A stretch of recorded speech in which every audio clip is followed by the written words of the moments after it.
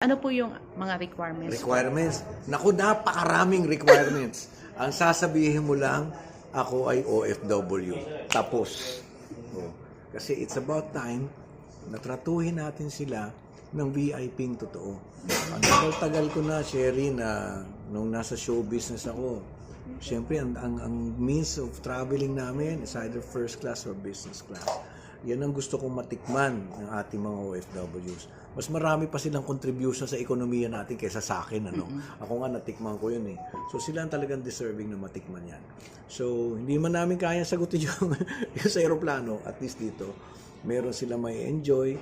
Ayan, unli lahat ng pagkain, unli yung coffee, hanggang mag-acid yun. That's the way we want to express our love for our OFWs na nakatalaga sa akin para sila ay alagaan. Nagsimula tayo dyan with the Migrants Brew Coffee doon sa lobby ng